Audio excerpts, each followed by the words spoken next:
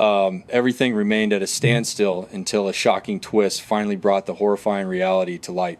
Ardith Wood came into the world in St. John, Canada, on October 28th, 1975. She soon took on the role of big sister to two little brothers before the whole clan packed up and moved to Ottawa. That is where Ardith went to Catholic school and eventually headed off to college to major in history and philosophy. After earning those degrees, she chose to keep her academic journey going. She enrolled at a different university just outside Toronto to work toward her PhD in philosophy. Ardith had a serious passion for her field and dreamed of one day landing a teaching gig at a top-tier university. Her professors constantly raved about her brilliance, often feeling like they were chatting with a fellow academic instead of a pupil. When she wasn't hitting the books, she stayed active and fit, finding joy in swimming laps, running trails, and riding her bike. She also dreamed of raising a big brood of her own. She was in a serious relationship and planned to tie the knot with her boyfriend as soon as she finished her doctorate. It was the summer of 2003, and 27-year-old Ardith decided to head home to Ottawa for a 2-week visit with her folks. Her university was roughly 300 miles away, so she didn't get many chances to pop in on her friends and family. Living so far from her relatives for extended periods was tough on her since they were such a tight-knit bunch. She planned to squeeze in every possible moment with them during her time off. On August 6th, Ardith got up at the crack of dawn for a jog, and when she got back, she whipped up a strawberry treat for her parents and brothers. She and her mother intended to hit the shops later on, but the forecast was calling for a serious downpour. That is exactly why Ardith chose to sneak in a quick bike ride while the skies were still clear. She promised her mom she would return in an hour and a half, hopped on her brother's bicycle, and pedaled off. Sure enough, the predicted storm rolled in right on schedule. The only problem was that Ardith had not come back yet. Her mother figured she was just huddling somewhere dry to wait out the weather, but when the skies cleared and Ardith was still missing, panic set in and she rang her husband. He and the boys immediately rushed out the door to go look for her. Locals love cycling on the city's extensive parkway path, a route the family often used themselves. Ardith and her brothers had logged countless hours pedaling there as kids, so the family had a hunch that was exactly where she had headed. Ardith had not mentioned her specific route to a soul before she left the house. Her dad and brothers scoured the area with no luck, and as daylight faded, the situation started looking much more perilous. They were growing convinced that something terrible had gone down since she had been missing for more than 6 hours. They knew it was time to alert the authorities, but the police did not launch a full-scale search right away since Ardith was a grown woman of 27. Her family refused to sit around doing nothing, so they started dialing neighbors and friends to beg for assistance. A crowd of volunteers joined the hunt, scouring bicycle paths across the entire city well into the late hours. Ardith was still missing in action, and the problem was compounded by the fact that Ottawa has over 100 miles of trails with zero clue which one she picked. They could only assume she stuck to a path near the house, and by the next morning, law enforcement finally stepped in to help. Officials established a base of operations at the Aviation Museum, located right near the intersection of several major cycling routes. A large number of officers reported for duty, and they once again appealed to the general public for any assistance. Local papers and TV channels broadcast her photo asking for leads, and the reaction from the community was absolutely massive. Hundreds of locals jumped in to help within hours, joined by mounted units, choppers, and even military personnel. The operation to find Ardith rapidly turned into one of the most extensive search efforts in the history of Ottawa. Even with all that manpower, not a single trace of her turned up, while word of her disappearance spread like wildfire across the city. Police were soon flooded with hundreds of calls, and early on, numerous women stepped forward with disturbingly similar accounts. One woman reported that a strange man had tried to make contact with her. Based on the descriptions they all gave, it sounded like they were dealing with the exact same individual. Victims said he targeted them on the Riverside trails not far from the police command center, and one woman mentioned he rolled up on a bicycle. The guy appeared perfectly harmless in the beginning. He was physically fit and chatted her up, but then out of nowhere, he tried to rip her off her wheels and drag her into the woods. Terrified, she managed to scramble away. Police used her details to work up a composite sketch of the guy they were looking for, but they kept a lid on it instead of putting it out there. The tip line was already blowing up, and dropping a sketch without any hard evidence connecting him to Ardith vanishing would have just turned the investigation into a circus. Even if a name popped up from someone recognizing the face, they didn't have a thing to make a charge stick. So the drawings stayed in the file. Over the next few days, though, more women started showing up with stories that sounded terrifyingly familiar. They reported a guy matching that exact description creeping around local parks and acting really shady. A few times he actually tried to haul them off the path and into the trees. Then a 16-year-old girl out biking in the park gave detectives a massive break. She told investigators she saw Ardith's photo on the news and clicked instantly because she'd spotted her at the park the day she went missing. The teenager said she biked right past Ardith and then heard a female scream just moments later. When she whipped her head around, she saw Ardith standing there with some guy. It looked like they were in the middle of a fight. She kept moving, but when she glanced back a second time, she saw the man leading Ardith into the woods. Something felt off, so she circled back around. But by the time she got there, the two of them had vanished. Driven by a mix of fear and curiosity, she stepped a bit deeper into the brush. That was when she spotted a hat dangling from a branch. She took a few more steps and saw 2 bicycles dumped on the forest floor, but there was no sign of Ardith or the man anywhere. That was enough for her, and she decided to get out of there. She told herself she was probably just being paranoid and that she'd just seen a couple having a spat. But as she pedaled away, she thought she heard one more scream, though she couldn't tell if it was real or her mind playing tricks on her. Later, when detectives showed her the sketch based on the other reports, she confirmed it looked exactly like the guy she saw with Ardith that day. That was when investigators started thinking Ardith had been abducted right then and there. With this fresh lead, they finally had a solid starting point for where the crime went down.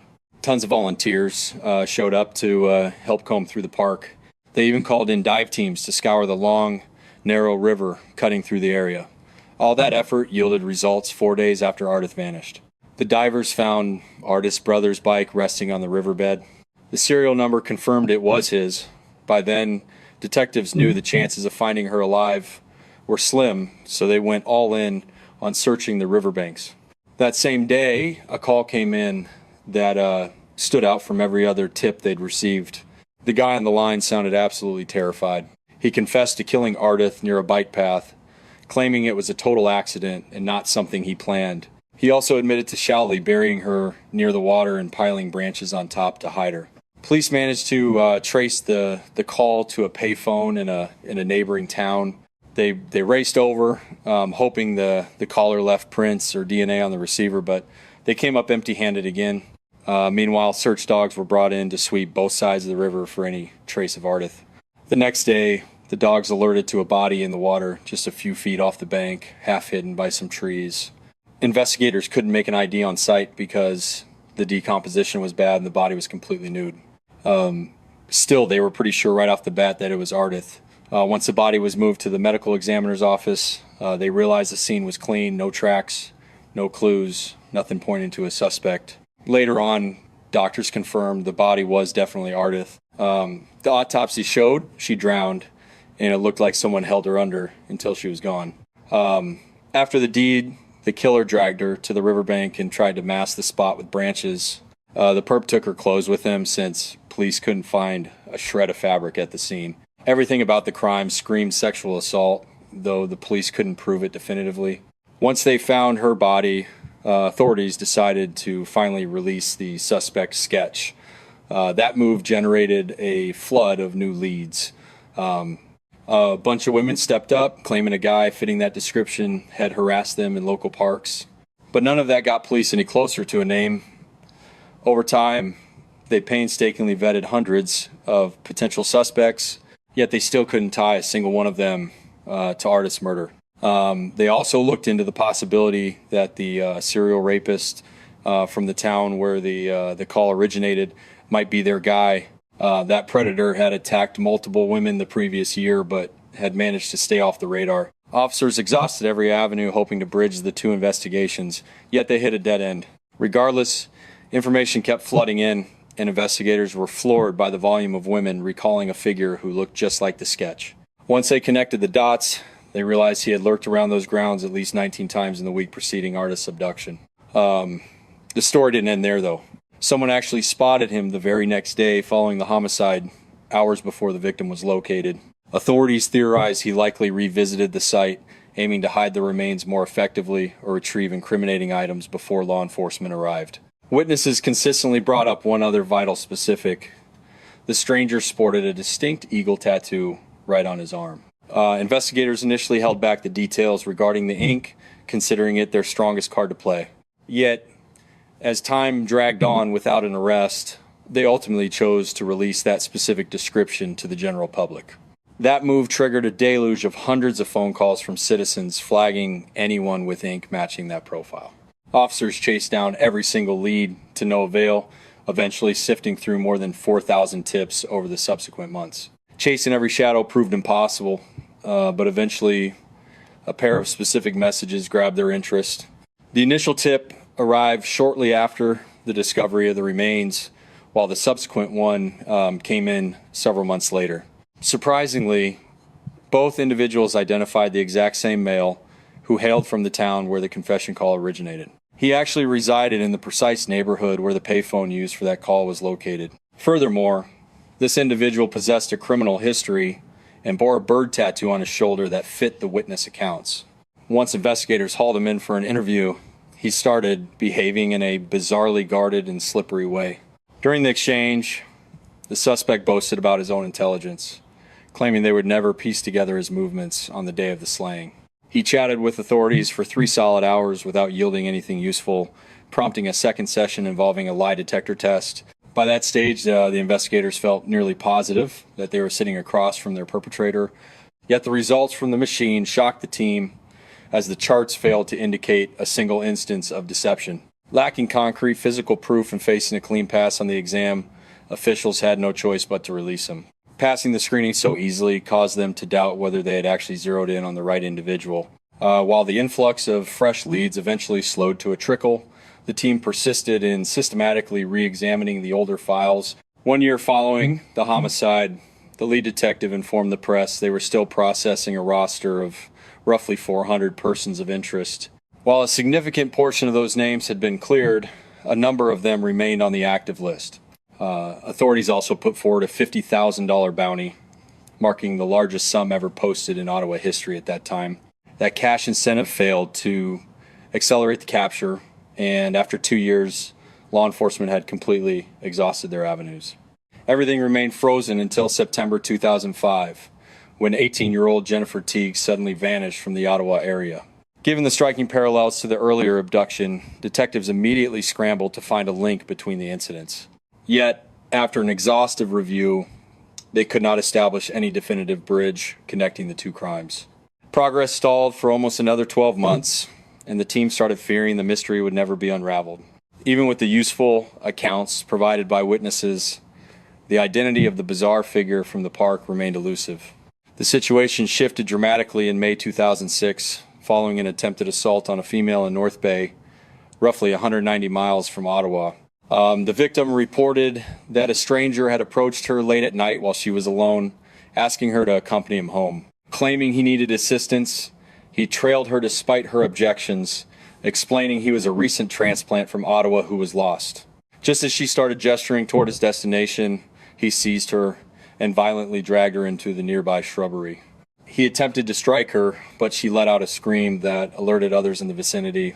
An enraged neighbor charged out with a shovel and spooked the assailant, causing him to drop his cell phone during his frantic escape. That blunder proved fatal for his freedom, as authorities rapidly tracked him down and placed him under arrest. They identified him as Christopher Myers, a 25-year-old who had recently relocated to North Bay from Ottawa. During the preparation of the case against him, the primary officer remembered hearing details about the Ardith Wood investigation at a briefing. He pulled the old archives and located a suspect sketch compiled from witness accounts, noting the terrifying resemblance to Christopher Myers. Without delay, he forwarded the lead to the Ottawa department, prompting them to scrutinize Myers much more intensely. Detectives quickly uncovered that law enforcement had actually interviewed Christopher in the weeks following the disappearance. An anonymous caller rang the hotline and pointed the finger directly at Christopher as a potential suspect. Detectives dug into his background, yet they came up empty on any solid proof tying him to the felony. His alibi seemed airtight too. His landlady swore she saw him that morning and he was off to work by 3 in the afternoon. Given that Ardith was assaulted around 1:30, it felt impossible for him to have been anywhere near the park. 12 months rolled by before a fresh lead surfaced, bringing Christopher's name back into the spotlight.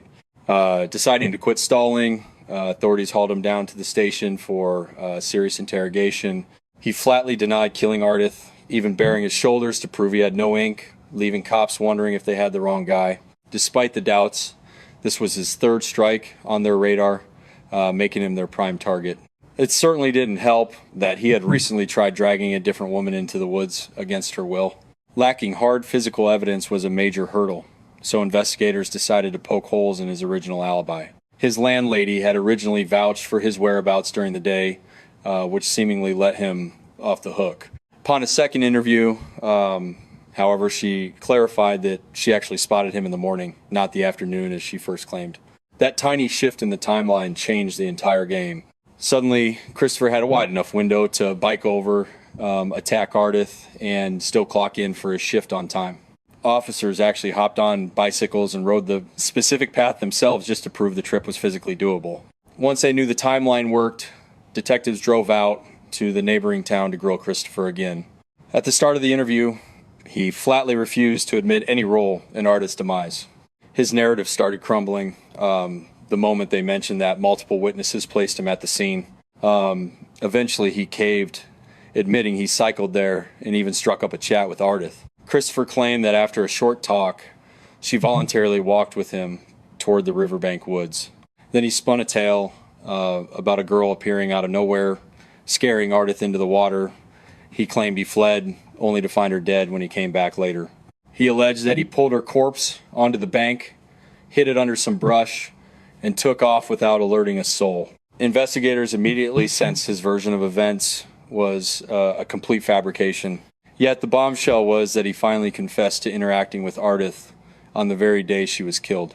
His description of the girl who supposedly spooked Ardith sounded suspiciously like the 16-year-old witness who heard a scream before seeing the pair vanish. It was obvious he was stitching together facts released by the press to construct a story that minimized his guilt. Before long, Christopher flipped the script once more. He confessed that his previous statement was nothing but a pack of lies. He insisted he never set foot in that park and only knew details about the case because he watched the news. According to him, he concocted the entire scenario using public information, admitting it was all made up. Authorities hooked him up to a lie detector, and he flunked it miserably. Still, he maintained his innocence, and without hard forensic proof, prosecutors couldn't slap a murder charge on him. While he sat behind bars in the next town over, investigators started excavating his history for any links to the homicide. Records showed his birth mother abused substances during pregnancy, saddling him with severe cognitive issues from the start. Compounding the trauma, she beat him relentlessly until he turned 4 and was finally adopted out. Sadly, that new family threw in the towel on him 8 years later. His actions grew wilder and harder to control, involving public nudity, talking to thin air, and a temper that worsened every year. A shrink who treated him once called him the most terrifying child he'd ever come across. Even with that history, his life as a grown-up looked surprisingly normal on the surface. He managed to hold down a job, keep a roof over his head, and generally avoid major run-ins with the law. That said, he had a rap sheet with a few arrests for similar crimes. Detectives tracked down his ex-partners, and one former wife disclosed that he had a violent streak and often beat her. She noted his habit of cycling through parks, but then dropped a bombshell that stunned the investigators. She recalled seeing him apply fake tattoos to his shoulder multiple times, and they were always images of an eagle. That single detail provided the last link in the chain, convincing police that Christopher was definitely their killer. That particular tattoo was the loose thread that could unravel the entire investigation. Without that ink, the defense could have discredited every single eyewitness account. Once a witness verified the eagle branded on his shoulder, detectives knew they were finally tracking a solid lead. Descriptions alone wouldn't secure a conviction, though. They needed him to confess. 5 months after his arrest for a botched attack, investigators hauled Christopher back into the interrogation room. They brought in a heavy hitter, this time a veteran British detective famous for cracking tight-lipped suspects. Christopher stonewalled them for a good stretch, insisting he played no part in Ardith's murder. Eventually, he circled back to his original script about meeting her down by the water for a hookup. He spun a tale about her drowning because some other girl spooked her, then immediately recanted the whole thing. Shortly after, he sketched a map of their meeting spot and agreed to walk detectives through the scene. As soon as the squad car pulled up to the location, however, Christopher got cold feet. He claimed the park looked totally foreign, but his wavering story gave authorities enough leverage to deny bail. Detectives weren't banking on just that one charge, though. They suspected he was the predator behind a string of unresolved attacks plaguing Ottawa during that same window. The MO was consistent: chat up a stranger on the street, then blitz him with violence out of nowhere. Investigators lined up his mugshot and presented it to the surviving women. Multiple survivors pointed him out instantly, giving the cops the ammo they needed to grill him again. Under the renewed pressure, Christopher's defenses finally crumbled. After a marathon session, he copped to 5 separate attacks, stacking up a heavy list of new felonies. Those admissions were the final nails in the coffin, solidifying the murder case regarding Ardith. Prosecutors formally slapped him with a homicide charge and prepared to go to trial. Years dragged on till January 2008, when the DA put a plea bargain on the table: second-degree murder for a guilty plea. Christopher decided to take the offer rather than roll the dice in court. He confessed to ambushing Ardith on the trail, dragging her into the brush, and holding her underwater until she died. He also owned up to brutalizing other women, earning a life sentence with a chance for parole after just 10 years. Eligibility for parole, however, is a far cry from actually getting out. When his first hearing came up in 2015, the parole board shut him down immediately. 5 years later, in 2020, he took another shot at freedom but was rejected because experts deemed him a ticking time bomb. The consensus was that if he got out, he would almost certainly hurt someone else. He is still sitting in a cell after 15 years, with slim odds of ever seeing the outside world again. Ardith's death turned into one of Ottawa's most infamous crimes, leaving a permanent wound on the community. Local women were terrified to jog or cycle solo in public parks for years afterward. Neighbors organized vigilance committees to patrol the bike paths, determined to keep everyone safe. One last detail: Christopher confessed to a limited number of assaults.